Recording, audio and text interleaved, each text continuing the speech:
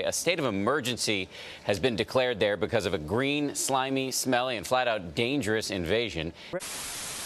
To check not only the weather forecast, but also the water forecast. Yesterday, the Federal Environmental Protection Agency announced that it will provide $12 million to the region to help address those problems. The biggest algae bloom on the West Coast in decades.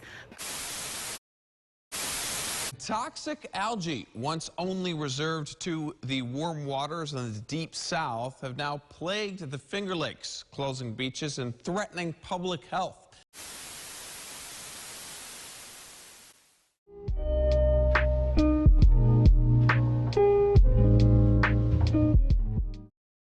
As you can tell from the title of this video will discuss about the causes of HABs in Cayuga Lake.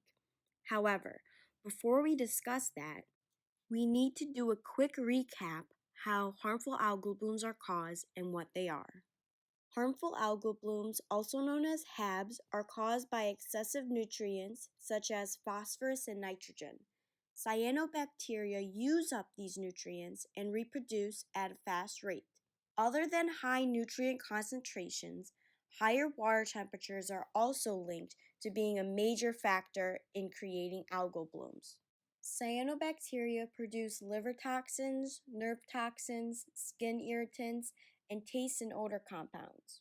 Although, in many cases, cyanobacterial blooms do not produce toxins, it is a challenge for public health officials to identify them due to there being approximately 8,000 species of cyanobacteria. Cayuga Lake is located in the Cayuga watershed in central New York State.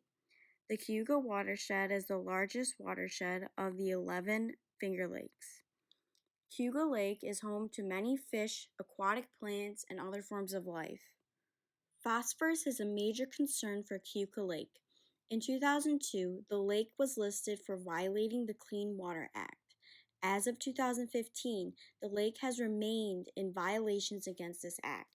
Along the lake, there are various vineyards, dairy farms, and many other types of agricultural areas.